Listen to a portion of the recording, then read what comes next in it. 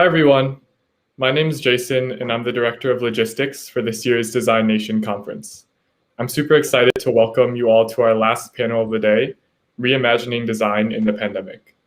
We have some amazing executives here with us. We have Rupali Steinmeyer, Managing Director at MetaDesign, Jeremy Goldberg, Director of Product Design at Facebook Messenger, and Sarah Alpern, last but not least, VP of Design at LinkedIn. Before we get started with the questions that we have prepared, I'd love to have each of our panelists introduce themselves briefly, and we can go in the order that's on my screen, which would be Rupali, then Jeremy, then Sarah. Sure. Thanks, Jason. Lovely to meet you, Jeremy and Sarah. My name is Rupali Steinmeyer. I'm with MetaDesign, and I head up our US operations.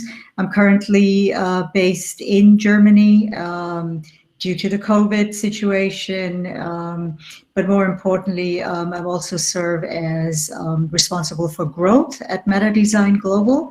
And I'm a brand strategist, and one of the sort of my key responsibilities is to help brand transformations and using design and strategy as a means to do that. So I'm very pleased to be here, and I look forward to an engaging conversation. Hey everyone, my name is Jeremy Goldberg. Thank you for having me. Really appreciate it and excited to be here. I am a design director on the Messenger team at Facebook, and I support our design systems team. I've been at Facebook for a little over 6 years, and prior to that, I was working at Google on Google Search. I'm living in New York currently. I've been here for about 1.5 years, and I used to live in San Francisco before that. Also looking forward to a great conversation. Hi everyone, I'm Sarah Alpern. I run design for LinkedIn. So our design team is about 300 people, includes product designers, communication designers, user research, operations, and content design. I have kind of a funny LinkedIn history. I actually started back in 2007 when it was a 200-person company, so still a startup, and was an individual contributor the whole time I was here the first time around for 6 years, kind of grew up with a company, and then left, went to a startup for a couple years, was the director of design there at Wealthfront, and then was wooed back to LinkedIn in a director role, and have since taken over the rest of the team. So super excited to be here, really great topic, and nice to meet you all. Awesome. Well, I'm super excited to spend the next 45 minutes to an hour with you guys. And I can start with the first question that we have prepared, which is for all three of you, which is thinking back to about a year ago when the pandemic was beginning to seem like more of a long-term concern. What was one of the major changes that you had to make to your businesses, and how did your companies seek to protect both its employees and staff?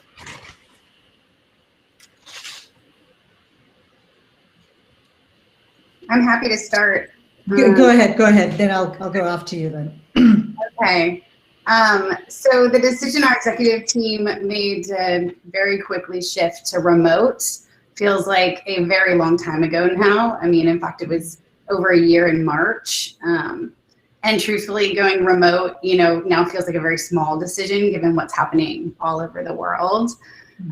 So our executive team quickly aligned on an employee strategy, included an internal health and safety site so people could get COVID-19 guidance and safety recommendations, and actually aligned on principles very quickly. So for decision making. So number one, first and foremost, was protect the workforce. So make sure we're solving for physical and mental well-being for everybody. Second was start all decision making with the facts. And this was a really important one at that time. Remember how confusing it was.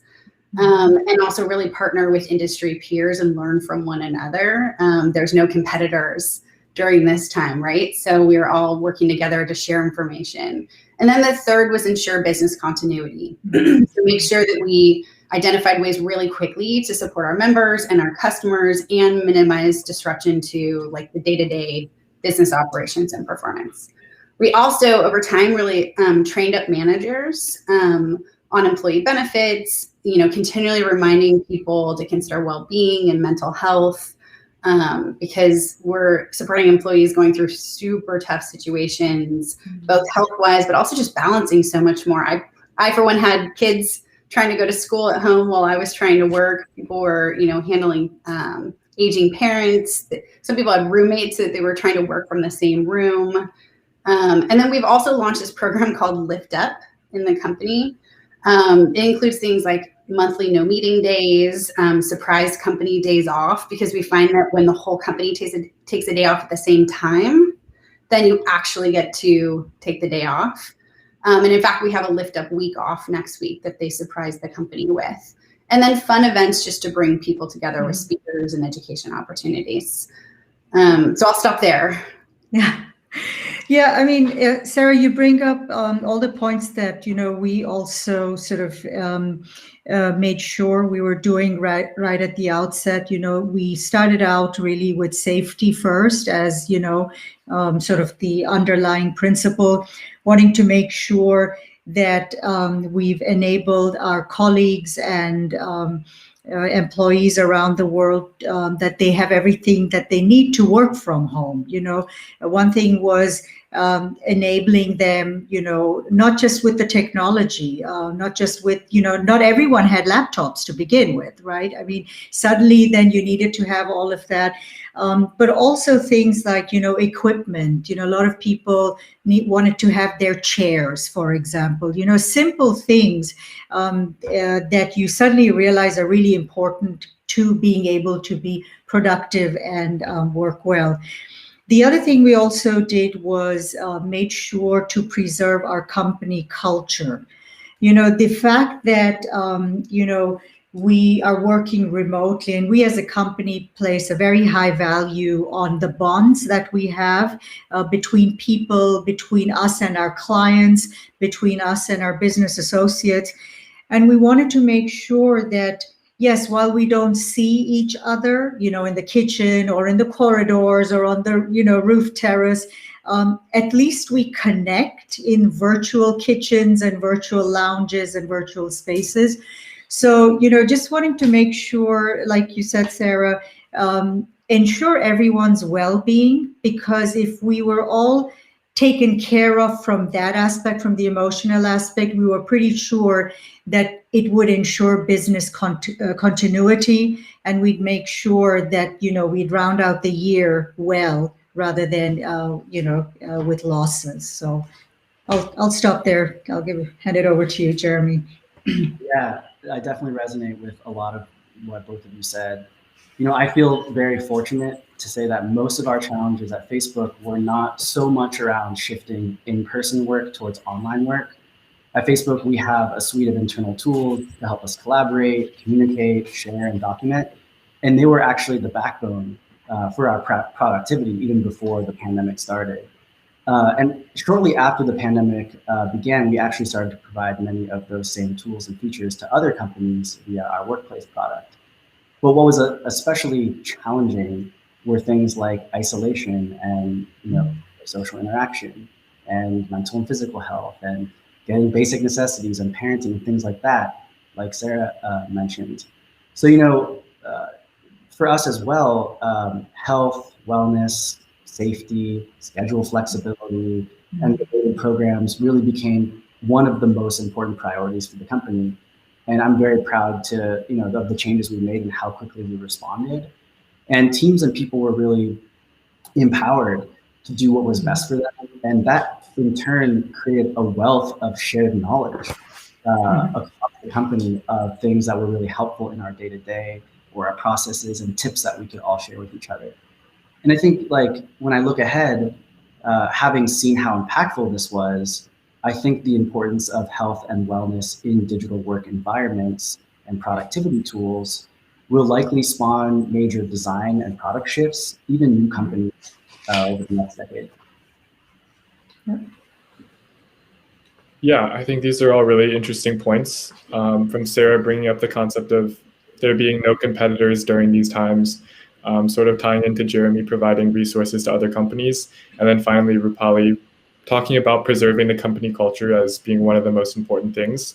It really just gives you some sort of perspective and taking a step back during these unprecedented times to sort of reflect and rethink about, what's the best way to run the business in the face of adversity. Sort of tying into the next question here, which is also directed to all three of you. How has the pandemic changed design's trajectory specifically? And do you think it was either for better or for worse? And maybe we can get some varying opinions and examples here. Yeah, I'm happy to start on this one. Good. So I'm really an optimist. So I think for me, the short answer is better. You know, on one hand, like many people are spending more time online. Plus, the pandemic has exposed an enormous amount of new problems and opportunities that need solving, right? And so I think just the combination of those two things alone will lead more people, especially students, to explore design as a career path because they want to solve the next frontier of important problems and are not okay with status quo. And there's so many, you know, design tools out there, online communities, learning resources. It's never been easier to learn design and become, you know, successful in design. And I think, you know, secondly, we're also seeing lots of new innovation from companies and creators during this pandemic. You know, whether it's, you know, in the education space or collaboration tools or telemedicine, stuff like that. We're also seeing existing companies get accelerated during this pandemic, right? Zoom, Figma, Discord. And post-pandemic, I think there's going to be tons of opportunities in offline in-person experiences. And the point here is really that, you know, I think this will lead to tons of new jobs and just a high demand for designers. And I think design will play an increasingly larger role in products of the future. And I think that that will be very good for the world. I mean, if I could go sort of continue your point forward in terms of design's trajectory, you know, what I feel, especially in our area of work, is that the focus of design has really shifted significantly. The topics that design is now required to almost address are a lot different than they were in terms of priorities, you know, from about a year ago. You know, I'm thinking about sort of the travel industry, right?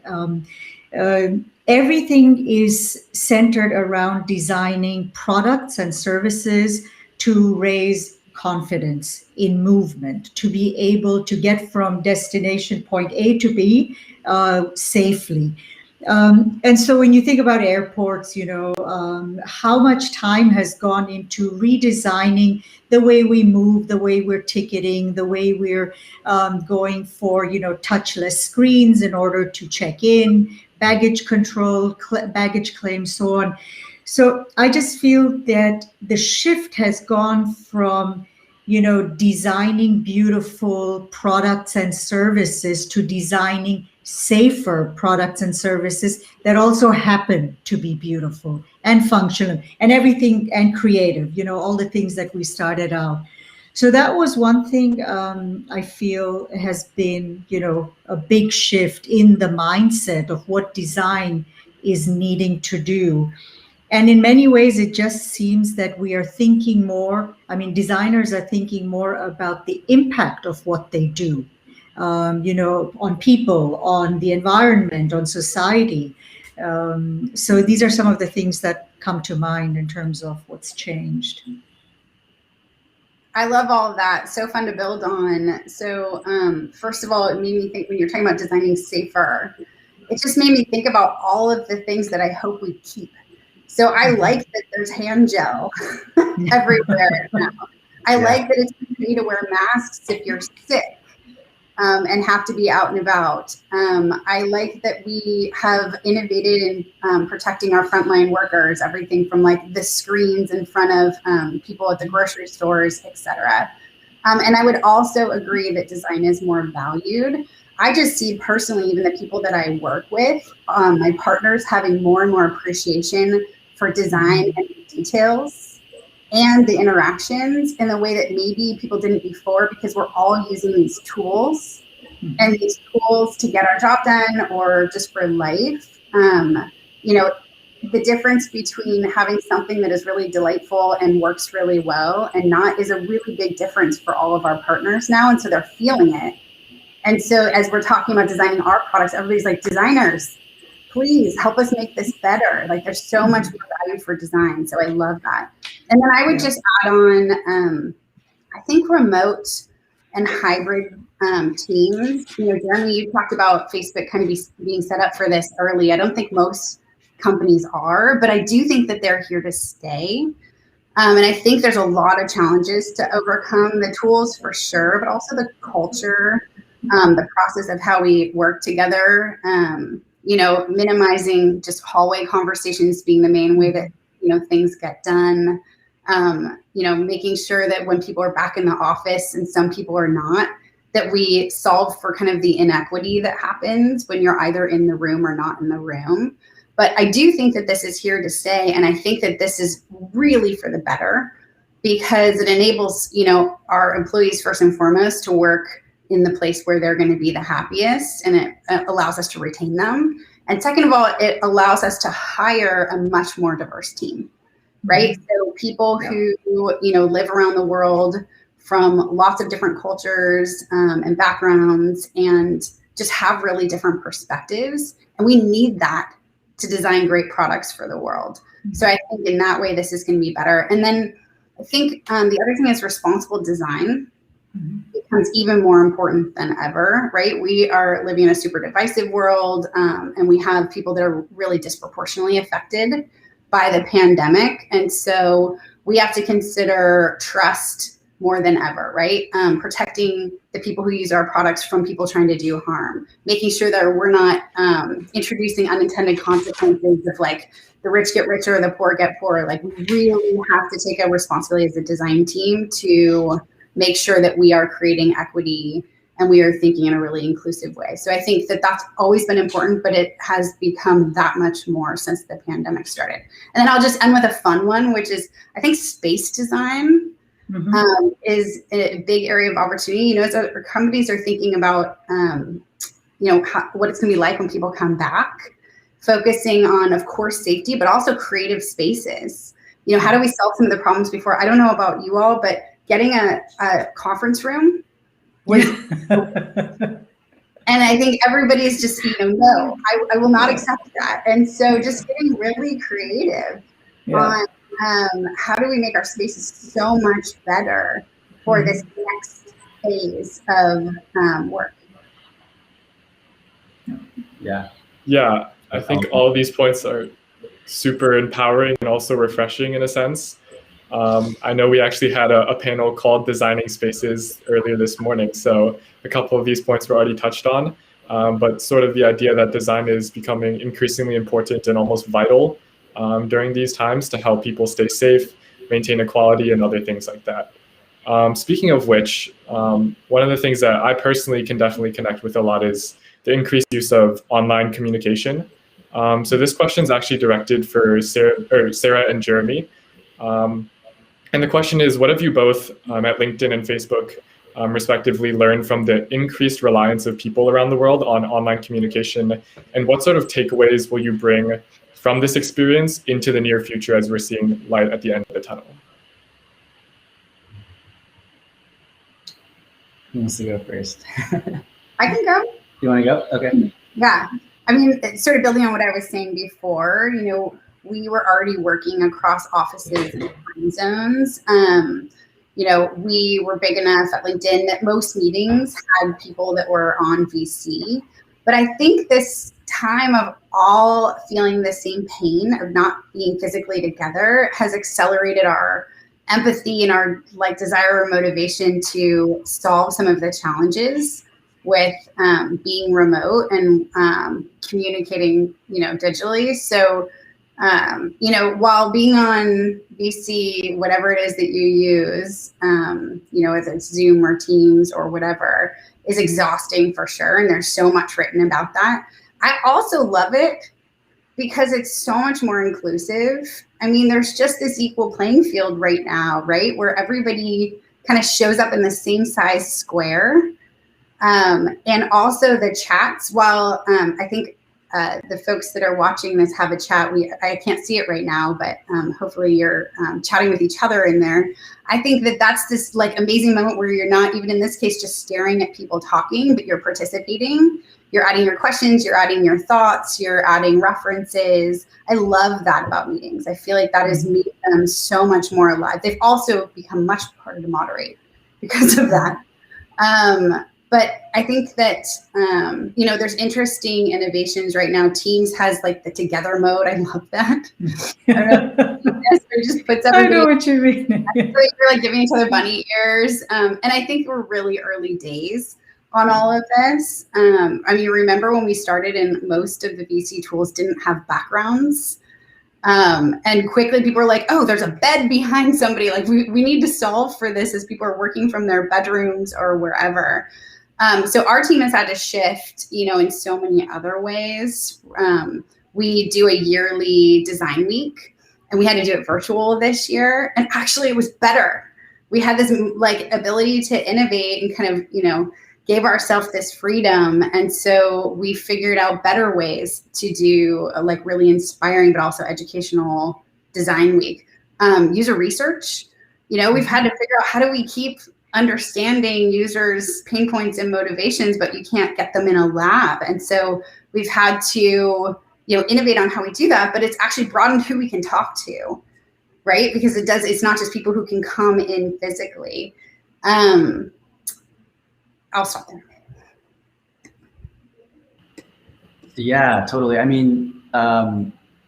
think for me, what I've learned is the pandemic certainly reinforced how important human interaction is to our well-being, right? And a lot of us trying to stay connected to the world, we've turned to technology. But I think looking into the future and some of the takeaways, I actually want to build on something you were saying earlier, Sarah, is we have more responsibilities now, I think, as more people are online. So some examples would be, giving people more control, more safety tools, self-remediation tools, especially in social platforms like blocking, reporting, and all kinds of other stuff. More privacy features and increased transparency. These are all really, really important, especially going forward. There's also, accessibility and inclusivity here for folks who are blind and visually impaired, deaf and hard of hearing, mobility impaired, etc. I also think, there's responsibility in diversity of perspective, as you were mentioning earlier as well, Sarah, and not just in team building, but also in how we conduct research and where and who we conduct research with, or how we ask for feedback or who we ask it from, how we even market or communicate our products. And another one, and this is something that we work on a bit at Facebook, is, I think parents will also continue to embrace virtual connections, and technology will continue to be sort of a social lifeline for kids and teens and young adults, while helping to build digital skills for the future.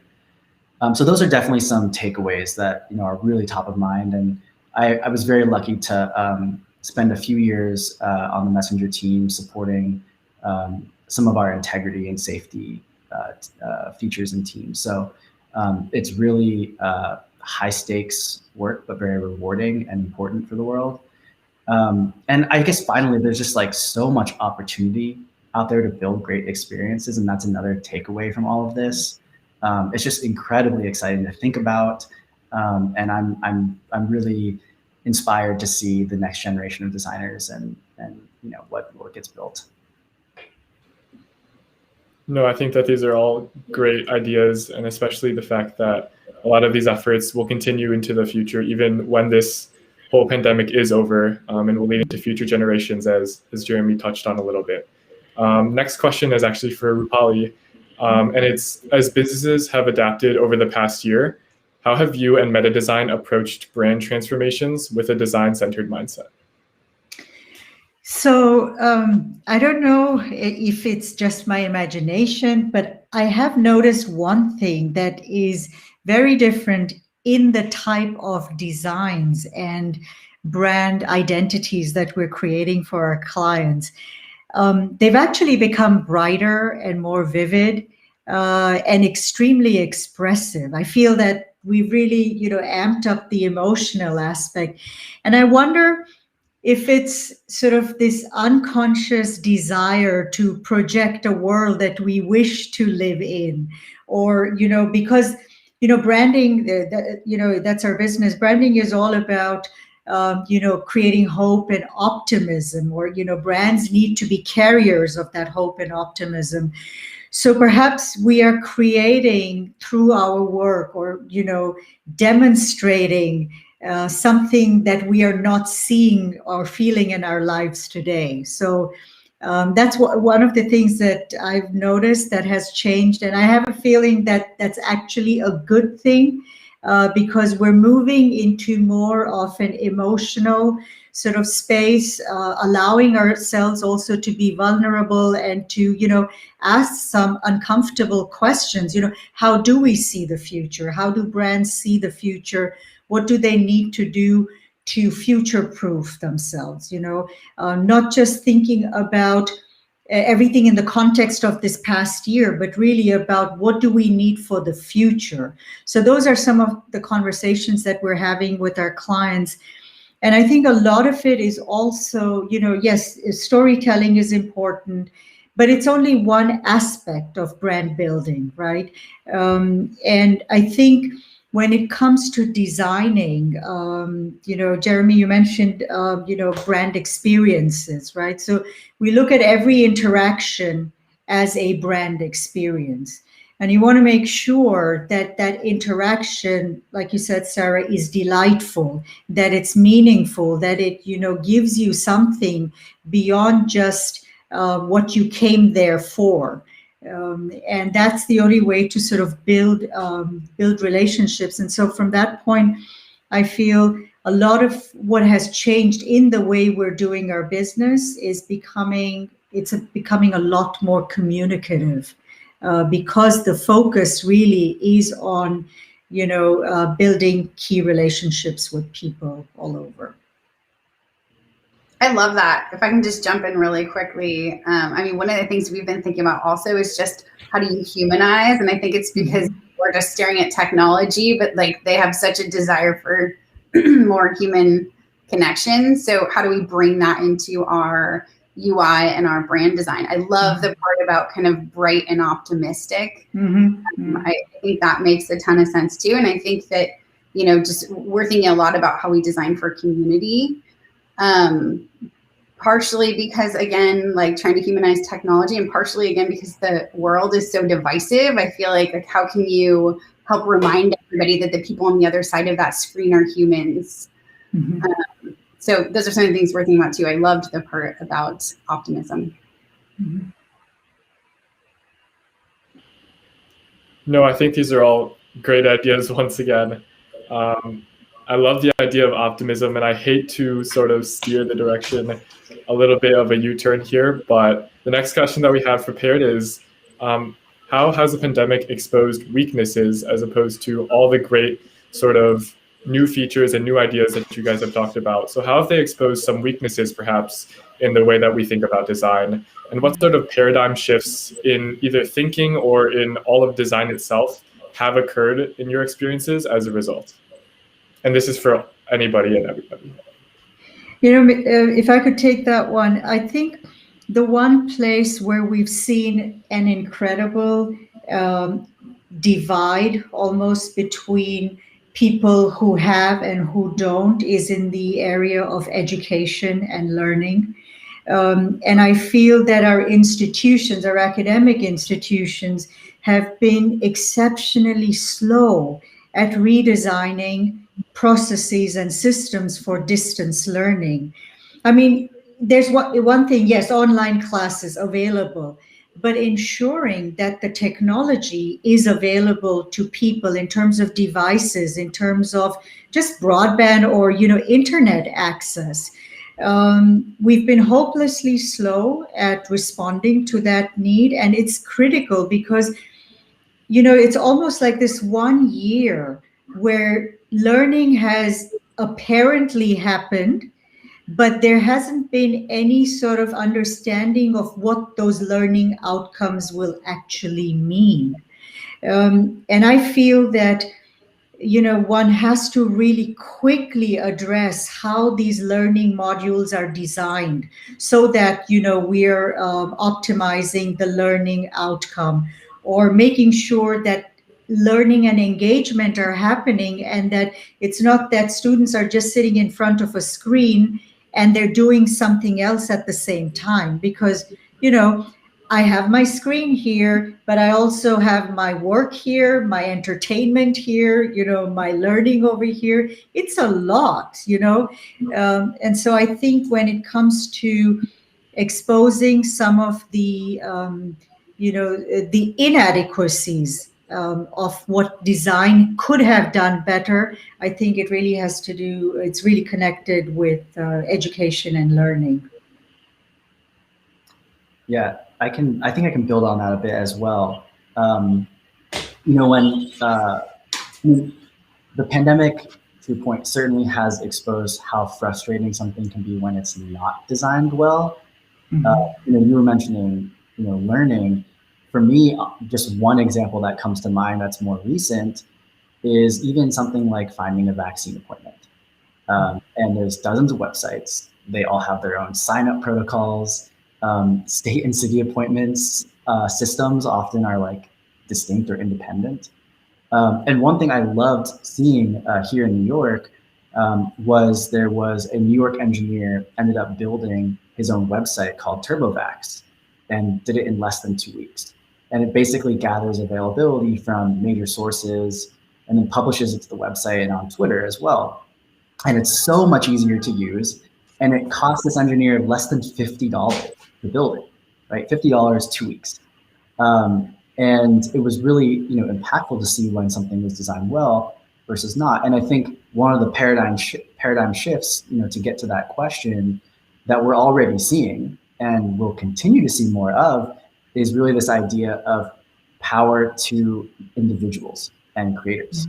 And, as as technical tools become more powerful and easier to use, I think individuals will be able to launch and build and scale increasingly complex projects and businesses in the future as well. So I'm really excited about that space, and I think it's a shift that's already starting to happen. I love that. I just building on the lack of technology innovation in the medical space, like trying to find a COVID test.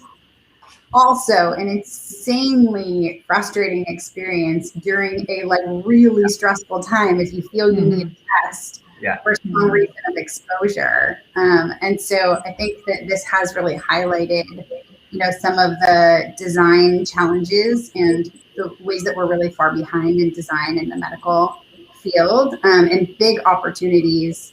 Hopefully, a bunch of design folks and technology folks who are excited to fix them. The only other thing that I would add, I think on a similar theme, is just generally this has exacerbated, the disparities in our society further across a number of different dimensions. And so I think if you talk about what weaknesses have been exposed to the way that we think about design, I think we just need to, even more than we have in the past, check ourselves and make sure that we truly understand the needs and the situations of the people that we're designing for, which means, I'm on repeat now, but getting outside of our bubble, doing good research, designing for the spectrum of real problems and having a diverse team across almost every dimension in order to do it. So we've said that this is important. We've invested in this before, but I just think we still have such a gap to get just even mind share around this, that we really understand the people that we're designing for versus our own guts, in order to make stuff that really works for people and solves problems. No, and I think this is the perfect sort of takeaway here, that while there may have been weaknesses and problems throughout this past year approximately, it's really important to sort of educate yourself and turn those pesky problems more into challenges that you yourself or individuals are empowered to solve, rather than sort of boggled down by or hindered by. And that's sort of the power that design and companies like the ones that you guys are working at really have the power to do. And another question for the entire panel that I sort of wanted to lead into is, how can better storytelling through brand design and other human experiences bring us back together after COVID-19, as things like the vaccine, like you guys brought up, are starting to rise, and cases eventually, hopefully, will start to decline and things will go back to normal? You know, the question of, you know, what sort of what we will do differently, or how will we tell stories differently than we used to, you know, tell them up until now. I think a big thing that we're seeing is we need to tell the stories that focus on ethical transparency. So, you know, we go around creating wonderful brand narratives and wonderful brand stories and manifestos for companies and organizations. A lot of times, you know, you spend all your effort in terms of crafting it. So the right words, it has to sit properly. It needs to just, you know, evoke these fantastic images in your mind right away. We're now asking the question, does that brand narrative line up perfectly to your purpose? Is your brand story transparent and ethical, explaining to customers, to people, to consumers, to users, what will they get in this, from this story, from having this, you know, spend time with you? And so we're seeing that if designers, or if, you know, as design strategists and creative strategists, we want to add value in terms of what we do, in terms of the stories that we're telling, we need to track back, sort of go back to who you are, your DNA, you know, sort of the basics, the brand DNA, your heritage, where you come from, and really start with understanding your purpose. And then that purpose will allow you to tell a really coherent and cohesive story.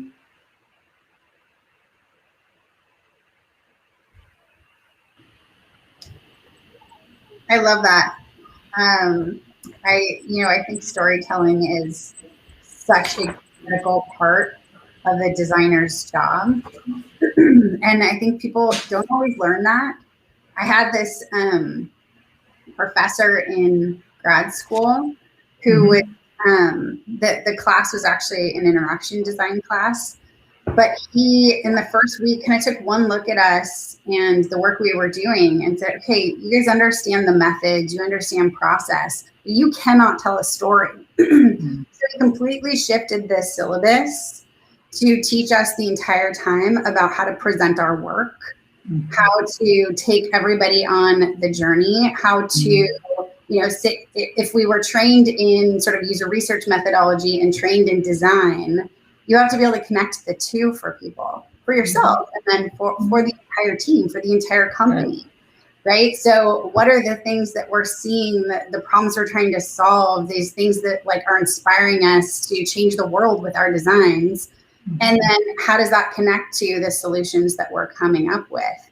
If we can't take everybody on that journey, we are not going to be we will be a fraction as successful as if we can really paint the picture. And by the way, part of that is actually getting everybody, just giving everybody the opportunity to weigh in too, to really understand these problems and opportunities and give their ideas and be a part of the solution. That's one of the ways that you get everybody rallied and ship great stuff. Yeah, I love that. I think when I think about this question,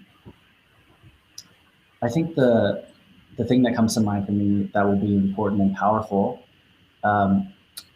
is in storytelling and whatnot, is just getting, celebrating human connection.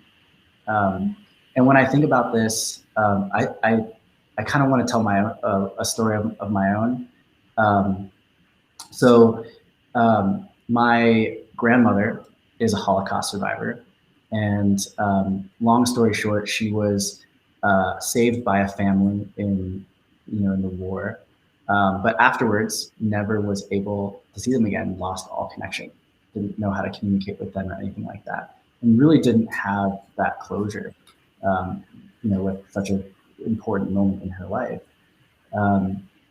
And a couple of years ago, the family that saved her life found her on Facebook and messaged her on Messenger, which is a product that I work on.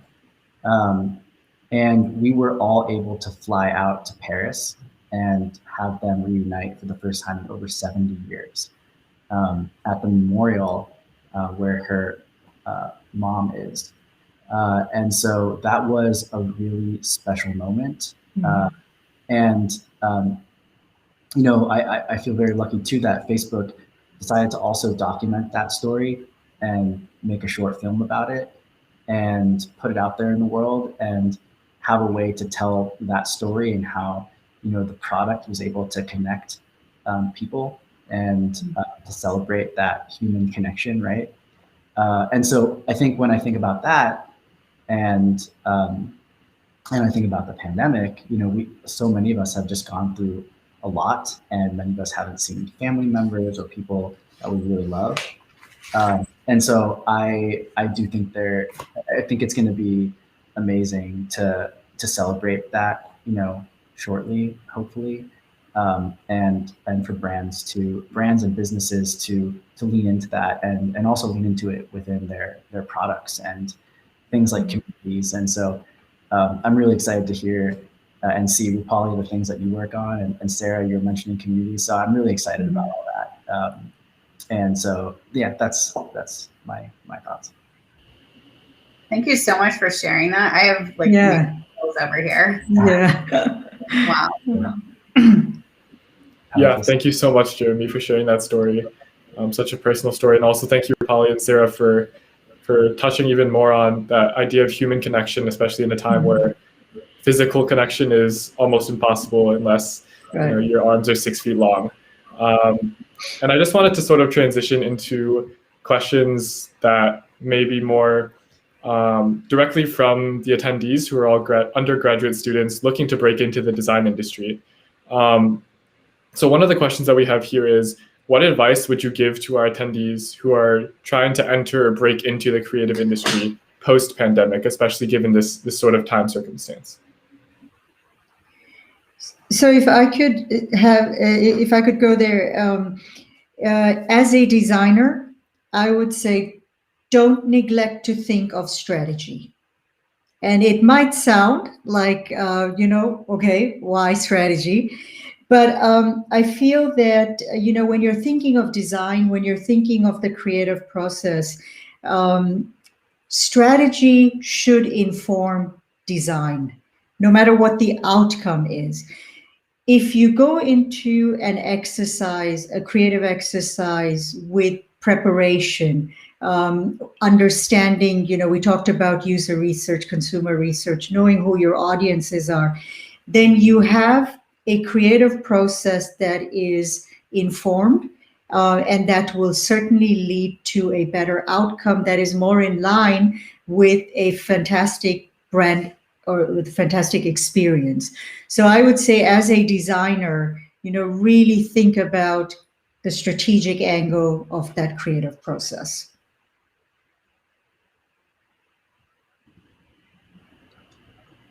Yeah, I think when I think about this, what was at least helpful for me is just getting really connected with the community of other designers and involved, I think, whether it's on online communities like Twitter, LinkedIn, all kinds of places like that, I think are really special because the design community itself is special. And for me personally, I've made so many lifelong connections and friends, and that has opened doors and led to opportunities, and really just putting yourself out there, I think, at least for me and many people I know, has gone a long way. So yeah, I think that's one of the main things that I would suggest. And in addition to that, there's just so many helpful resources, knowledge sharing, all kinds of stuff to really help people at many different stages of their career. And so whether it's on YouTube or other platforms, or even on these online communities, just essentially being a sponge and trying to absorb the different perspectives from people all over the industry, I think is really valuable. And if you're here now, you're already doing that, which is great. And there's a lot of great people during this conference. So those are being involved with the community and essentially absorbing as much as you can, I think come to mind for me. Great advice. I guess I have a couple of things, depending on kind of the phase. If your question's around how do you break into the design industry, how do you get your first job, things like having a great portfolio. I get that everybody knows that, but what does that mean? For me, your portfolio design is your first piece, and sometimes people neglect that. Right. So I'm personally looking at like, how usable is your portfolio? How much does it tell your brand story, to Rupali's point? Are you a good storyteller? That starts with your portfolio. When you're walking through pieces that you've worked on, can somebody get kind of the 100-foot view very quickly and then dive into certain details that they're interested in? So I think portfolio is a big one. And then, relationships. I talk to so many folks who are like, I have nobody who can help me kind of break in. You say, well, what about your neighbor? Oh, well, but they're not my yes, leverage everybody that you know. Go talk to anybody, tell them what you're looking for, ask them if they know somebody at the companies that you've well researched and have decided that you want to work at. So really, really think about relationships in a very broad way. There's also a lot of designers out there that are interested in mentoring. There are so many different lists. I feel like there's more mentors than mentees right now. And so definitely look out for folks who are interested in mentoring you, and also sponsoring, which is like really looking out for you, helping you connect the dots to companies, et cetera. And then once you are in your first job or early in your career, some things that I think about is embrace your uniqueness. So we really look for people who have, we're looking for, I've mentioned this several times, but a diverse team. And sometimes that means like, oh, you're a musician on this side. That's cool. You're going to bring a totally different perspective and creative energy to the team that is going to inspire innovation.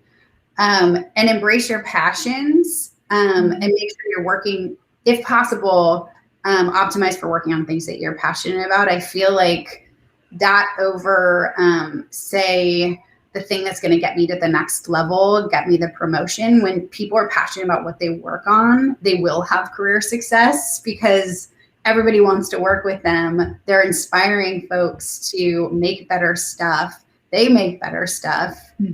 So I think embracing passions is really important. And I think the last thing would be for an audience that's going to be newer to companies, embrace your newness. I always try and tell like the new folks on the team and folks even like straight out of school, we need that. We actually need people to come in and say, why are we doing this way? Have we ever thought about this? This seems like a gap. And a lot of times people will see that, but they won't feel comfortable raising their hand. But that's actually what companies need. They need to hear from you because, I've been at LinkedIn for a while now. And so I'm just used to things working the way they work. I need somebody to come in and say, hey, we could do this differently, this new energy and new perspective. So embrace your newness.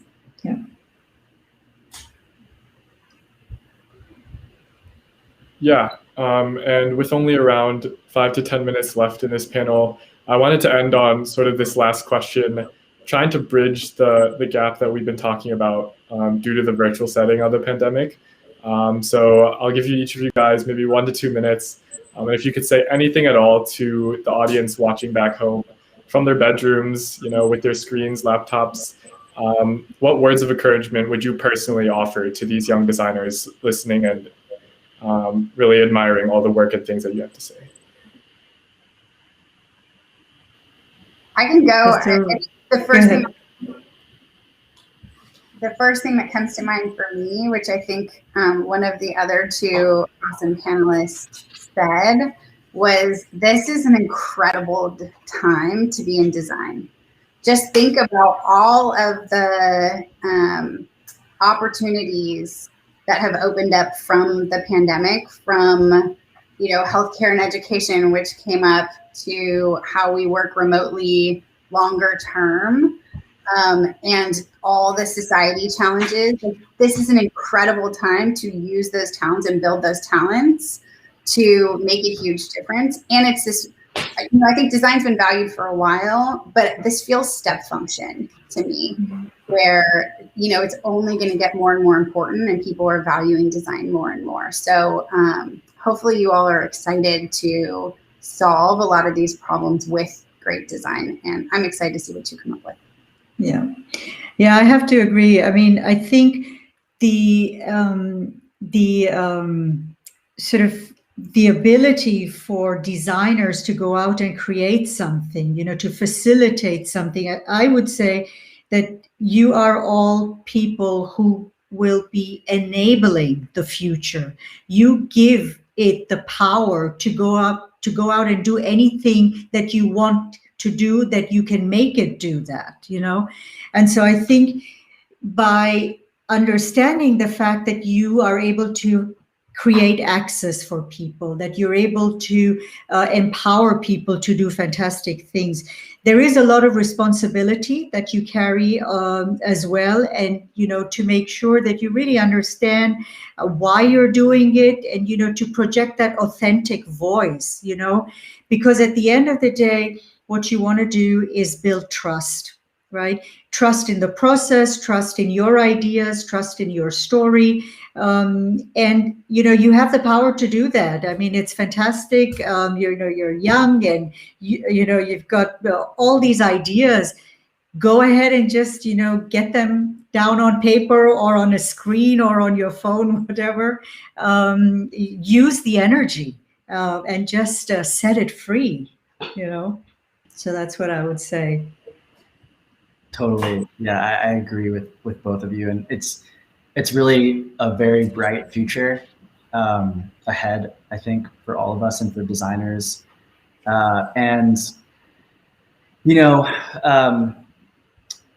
think finding problems worth solving, finding purpose in spaces you care about, and exploring and trying things and experimenting is also really key. And you can do that anytime, anywhere. I'm also thinking back, I think there was a previous speaker maybe last year, his name is Jason, and he had explored a redesign of Apple Music, kind of tinkering and playing around, and published a piece on it and shared ideas, and I believe it helped create a lot of opportunities for him as well, and landed some cool positions. So I think that's really, really cool. And you can do that, right? You can play around and experiment and put it out there. And I think that's productive and healthy. And yeah, I'm very excited, like I said earlier, about the future and what all of you will do. Amazing. Well, I hate to cut the conversation off kind of early, but we are running a little bit short on time. So I'd like to once again thank you all, Rupali, Jeremy, and Sarah, so much for taking the time out of your busy schedules to come speak with us. I know that I'll personally be taking a lot of these ideas and sort of letting them marinate after this conversation and hours into the rest of the day. But with that marks the end of day 2 of our Design Nation conference. I'd like to thank all the attendees who are listening back home. And thank you again for taking the time, you all, to share your experiences and insights with us students. Thank you. Thank you. Appreciate it.